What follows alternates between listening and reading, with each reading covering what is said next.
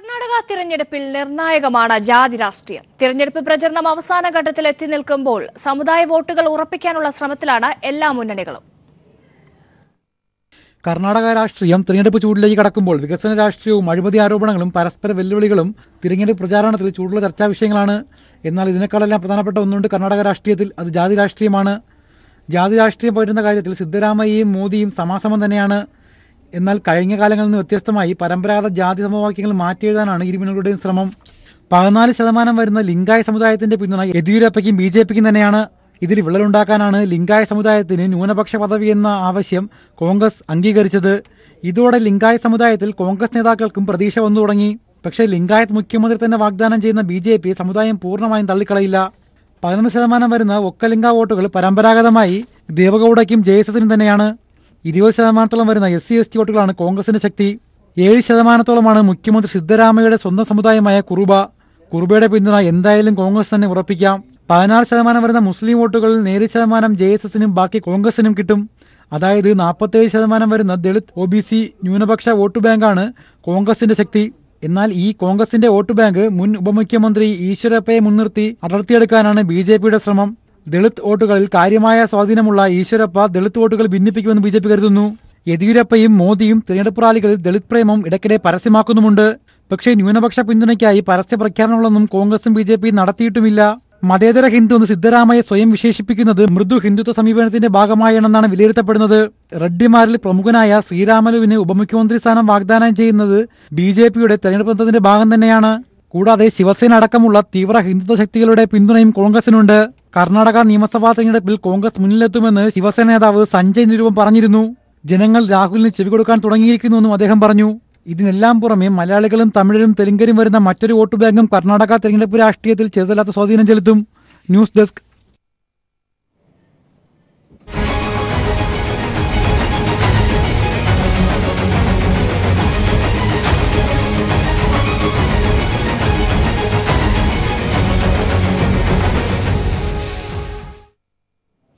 BJPക്കെതിരെ തുറന്നടിച്ച് വെള്ളാപ്പള്ളി. 2 വർഷമായി BDJSന് BJPയിൽ നിന്നും അവഗണന മാത്രമെന്ന് വെള്ളാപ്പള്ളി പറഞ്ഞു. ഇപ്പോൾ BDJS നടത്തുന്നത് സമ്മർദ്ദം തന്നെയെന്നും വെള്ളാപ്പള്ളി കൂട്ടിച്ചേർത്തു. BJPക്കെതിരെ ആഞ്ഞടിച്ച് SNDP general secretary Vellappally Natesan. NDAയിലെ എല്ലാ പ്രശ്നങ്ങൾക്കും കാരണം BJP സംസ്ഥാന നേതൃത്വമാണെന്നും വെള്ളാപ്പള്ളി ആരോപിച്ചു. PS ശ്രീധരൻപിള്ള താനുമായി കഴിഞ്ഞ ദിവസം കൂടിക്കാഴ്ച നടത്തിയതായും വെള്ളാപ്പള്ളി സ്ഥിരീകരിച്ചു. BJP സംസ്ഥാന ഘടകത്തിന്റെ അവഗണനയെ തുടർന്നാണ് BDJS സമ്മർദ്ദ തന്ത്രം സ്വീകരിച്ചതെന്ന് വെള്ളാപ്പള്ളി നടേശൻ പറഞ്ഞു. തന്ത്രം പാളിയിട്ടില്ലെന്നും വെള്ളാപ്പള്ളി നടേശൻ സൂചിപ്പിച്ചു.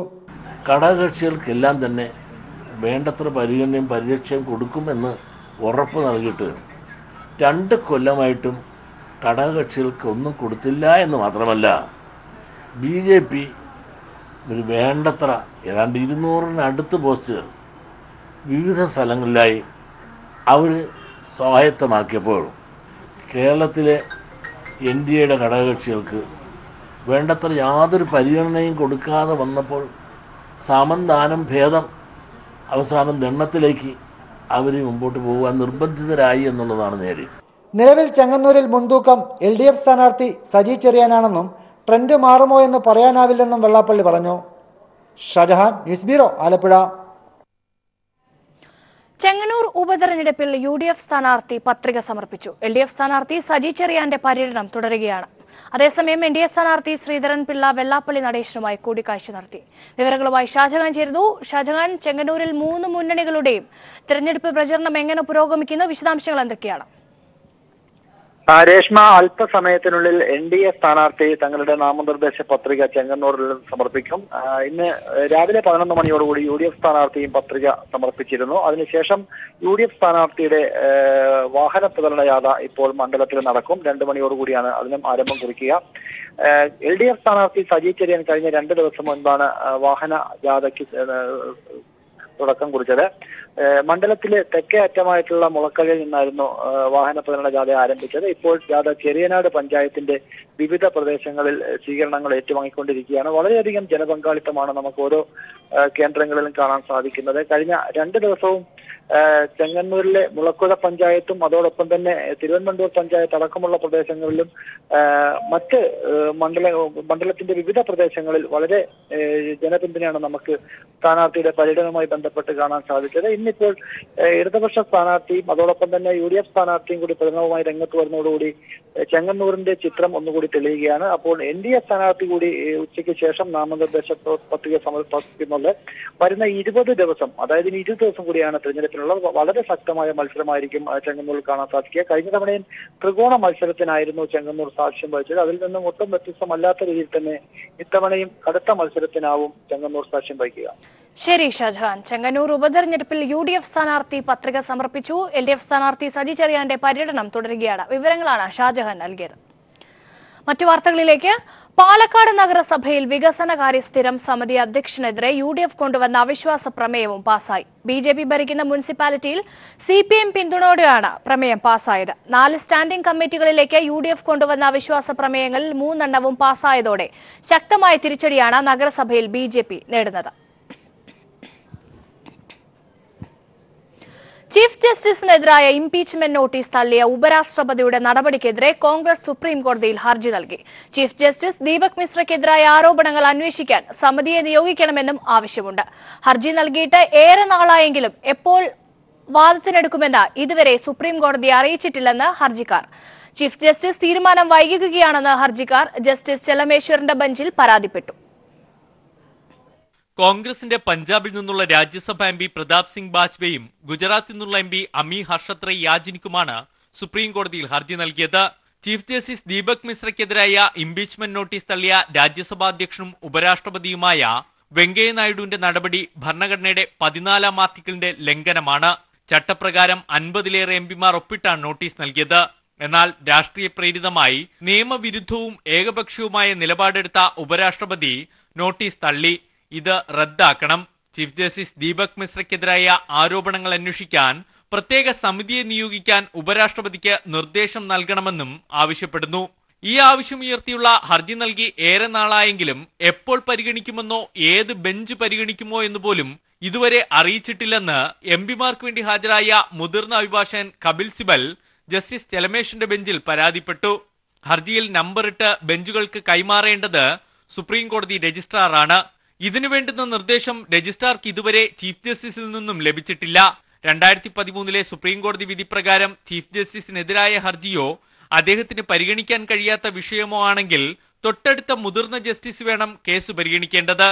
അതിനാൽ ജസ്റ്റിസ് ചെലമേശ്വർ തീരുമാനമെടുക്കണമെന്ന് കപിൽ സിബൽ ആവശ്യപ്പെട്ടു.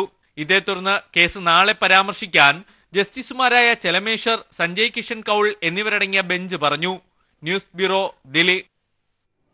Nehru group chairman P. കൃഷ്ണദാസിന് സുപ്രീം കോടതിയുടെ താക്കീത്. കേരളത്തിൽ പ്രവേശിക്കുന്നതിനുള്ള വിലക്ക് നീക്കണമെന്ന് ഇനിയോ ആവശ്യപ്പെട്ടാൽ ജാമ്യം റദ്ദാക്കേണ്ടി വരുമെന്ന് സുപ്രീം കോടതി.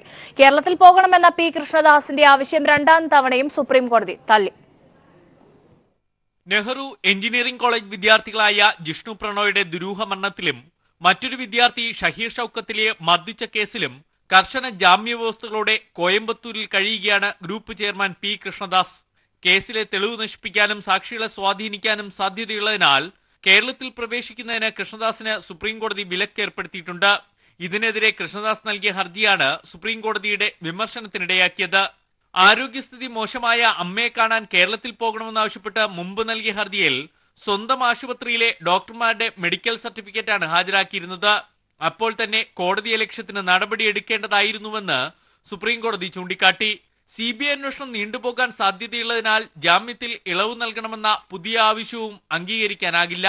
കേരളത്തിൽ പോകണമെന്നുള്ള ആവശ്യം അംഗീകരിക്കണമെങ്കിൽ ജാമ്യം റദ്ദാക്കേണ്ടി വരുമെന്നും സുപ്രീം കോടതി പറഞ്ഞു. അങ്ങനെയെങ്കിൽ ജയിലിൽ പോകേണ്ടി വരുമെന്ന സൂചനയാണ് കോടതി നൽകിയത്. News bureau, Delhi. ദേശീയ ചലച്ചിത്ര അവാർഡ് ദാന ചടങ്ങ് ബഹിഷ്കരിച്ച ജേതാക്കളുടെ നടപടി ന്യായമെന്ന് അടൂർ ഗോപാലകൃഷ്ണൻ. സെൽഫി വിവാദത്തിൽ യേശുദാസിനെ പിന്തുണച്ച അടൂർ ആധുനിക സമൂഹത്തിന്റെ ഒരു രോഗമാണ് സെൽഫി എന്നും വ്യക്തമാക്കി. ഇന്ന് നമ്മുടെ ആധുനിക കാലത്തെ ജീവിതത്തെ ബാധിച്ചിരിക്കുന്ന ഏറ്റവും വലിയ രോഗമാണ് സെൽഫി. വളരെ അവനവനെ പറ്റി മാത്രം ആലോചിക്കുന്ന, അവനെ പറ്റി മാത്രം കൺസേൺ ഉണ്ടാക്കുന്ന ഒരു കാലഘട്ടത്തിൽ എൻ്റെ പടം ഞാൻ ഇടത്തോട്ട് നോക്കി അങ്ങനെ ഇരിക്കും, വലത്തോട്ട് നോക്കി അങ്ങനെ ഇരിക്കും, ഇങ്ങനെ കാണിച്ച് അങ്ങനെ ഇരിക്കും, ഇതൊക്കെ പടം എടുക്കുക, എന്നിട്ടത് നോക്കുക. അങ്ങനെയാണ് ഈ സെൽഫി എന്നുള്ള പേര് വന്നത്. ഒരു സെൽഫിഷ്നെസ്സിൽ നിന്ന് വന്ന ആണ് സെൽഫി. ഇത് വലിയ ഒരു രോഗമായിട്ട് മാറിയിരിക്കുക. എന്ന് മാത്രമല്ല, സെൽഫി ഇപ്പോൾ നമ്മുടെ കൂടെ ആരെങ്കിലും നിന്ന് പടം എടുക്കുമ്പോൾ സൂക്ഷിക്കണം. അതിന് തൊട്ട് മുമ്പാണ് യേശുദാസ് സെൽഫി എടുക്കാമ്പോൾ അങ്ങനെ പിടിച്ച് തള്ളി പുറത്തേക്ക് ആക്കി. വേറൊന്നുമല്ല, അടുത്ത ദിവസം ഈ സോഷ്യൽ മീഡിയയിൽ ഈ ഫോട്ടോ ഇടും. ഞാനും യേശുദാസും അടുത്ത സുഹൃത്തുക്കളാണ് എന്ന് പറഞ്ഞ് പടം ഇടും.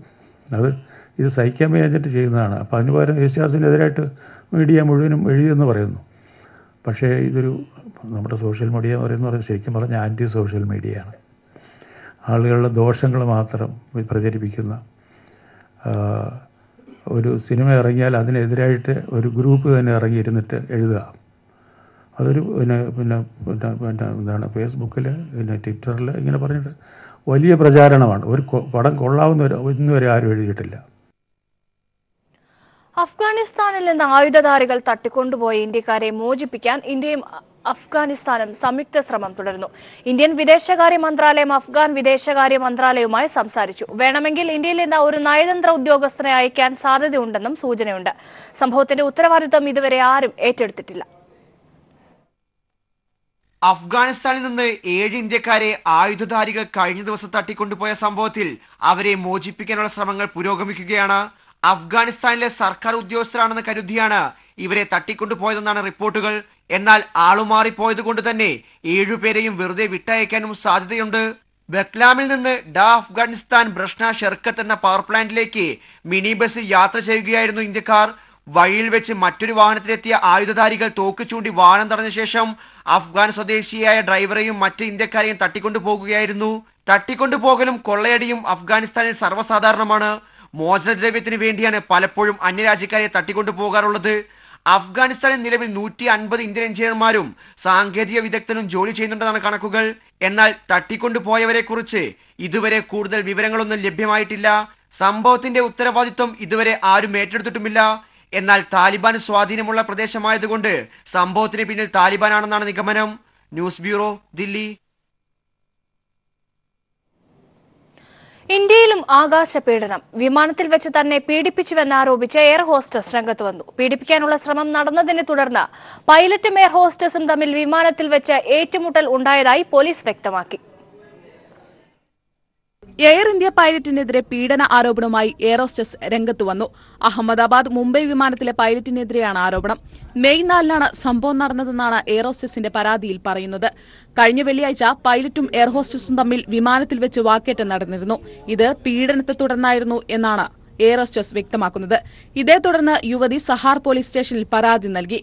അതേസമയം സംഭവത്തിൽ എയർ ഇന്ത്യ അധികൃതർ പ്രതികരിച്ചിട്ടില്ല.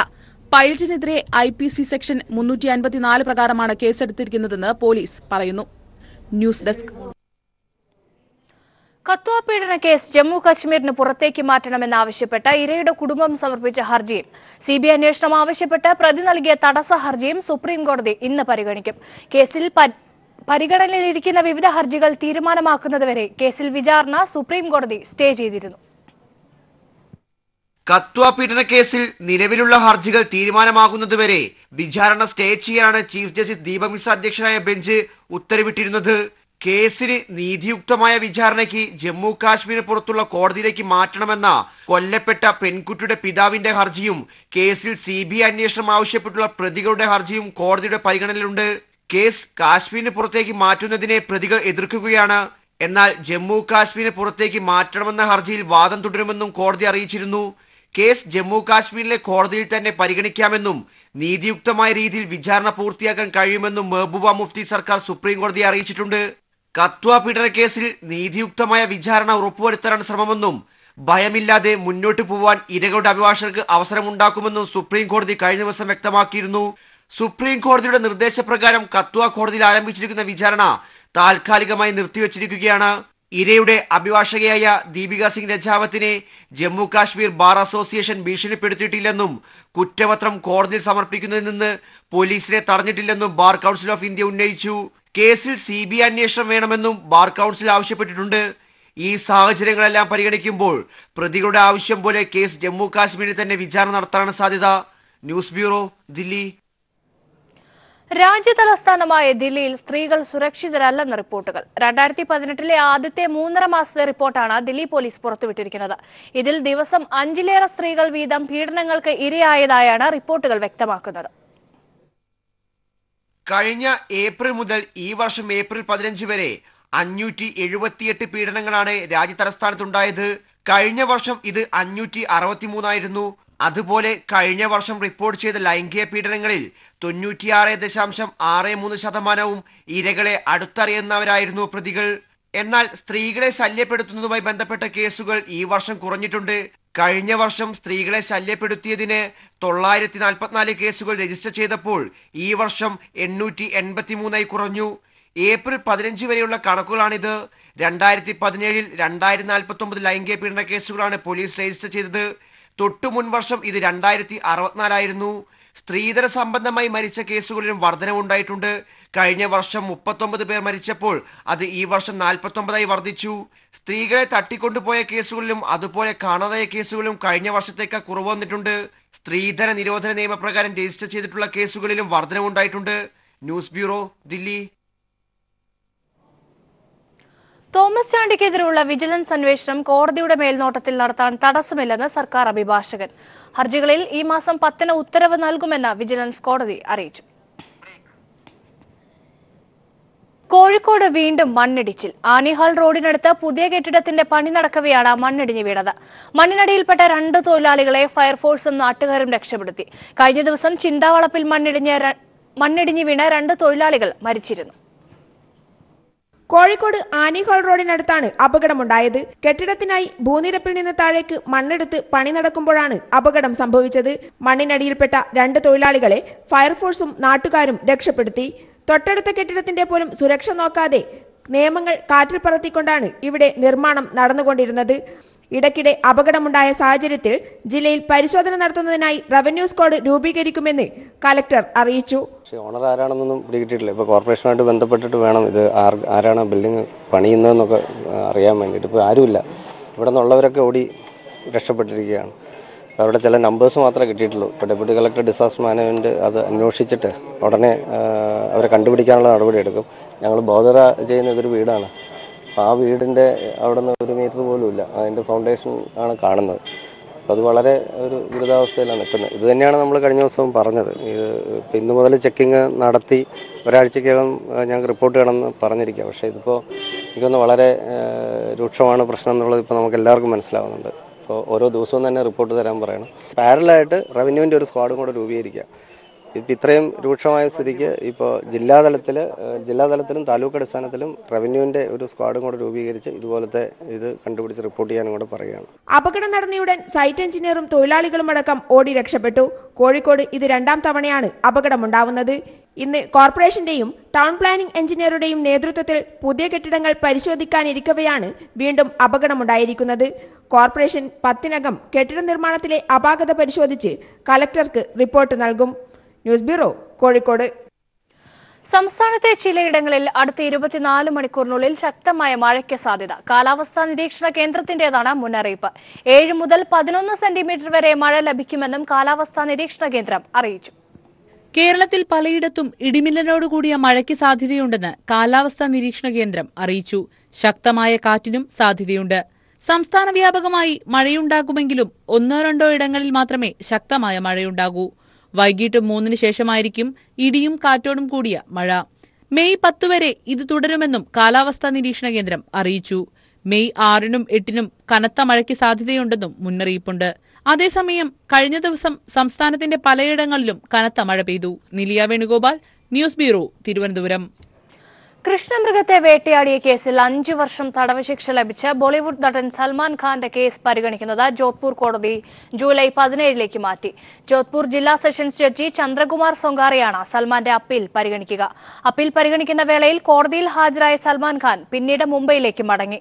കോടതിയിൽ ഹാജരാകുന്നതിന് മുംബൈയിൽ നിന്ന് ഇന്നലെ ഉച്ചയ്ക്ക് ശേഷം സൽമാൻ ജോധ്പൂരിലെത്തിയിരുന്നു.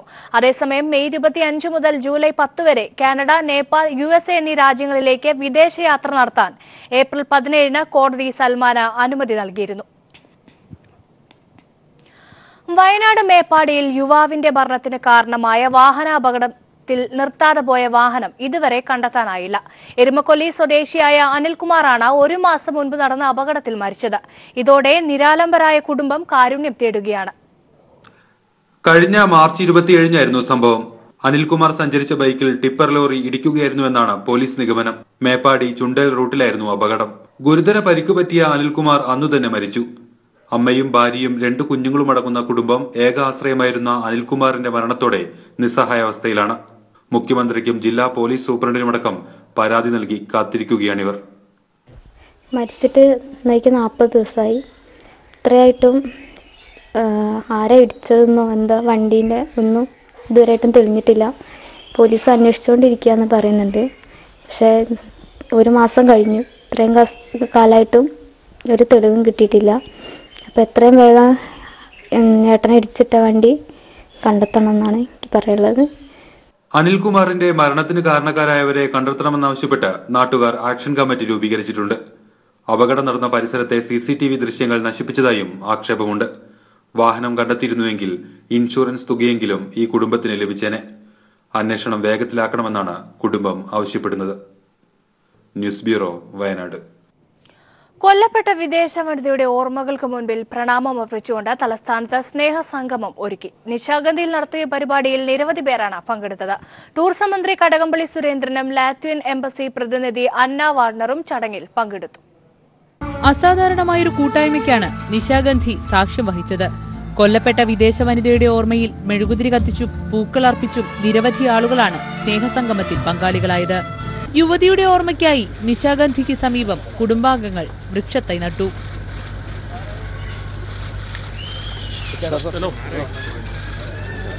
തന്റെ സഹോദരിയോടുള്ള സ്നേഹവും കരുതലുമാണ് ഇവിടെ കൂടിയിട്ടുള്ളവരുടെ മുഖങ്ങളിൽ താൻ കാണുന്നതെന്ന് മരണപ്പെട്ട യുവതിയുടെ സഹോദരി പറഞ്ഞു. Thank you all for coming today to show your love and care for our sister Lida.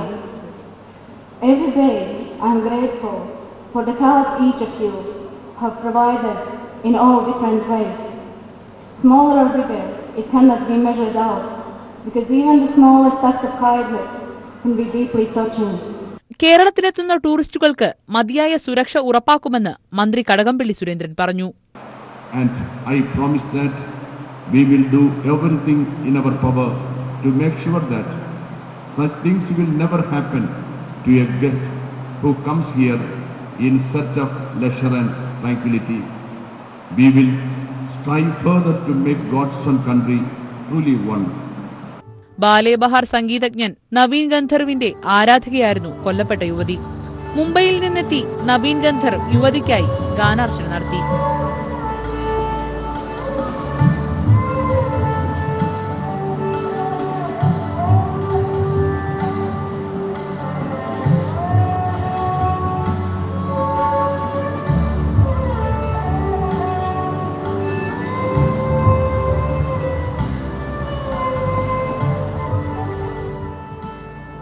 യുവതിയുടെ ചിതാഭസ്മവുമായി കുടുംബാംഗങ്ങൾ ഈ ആഴ്ച നാട്ടിലേക്ക് മടങ്ങും. നിലിയ വേണുഗോപാൽ, ന്യൂസ് ബ്യൂറോ, തിരുവനന്തപുരം.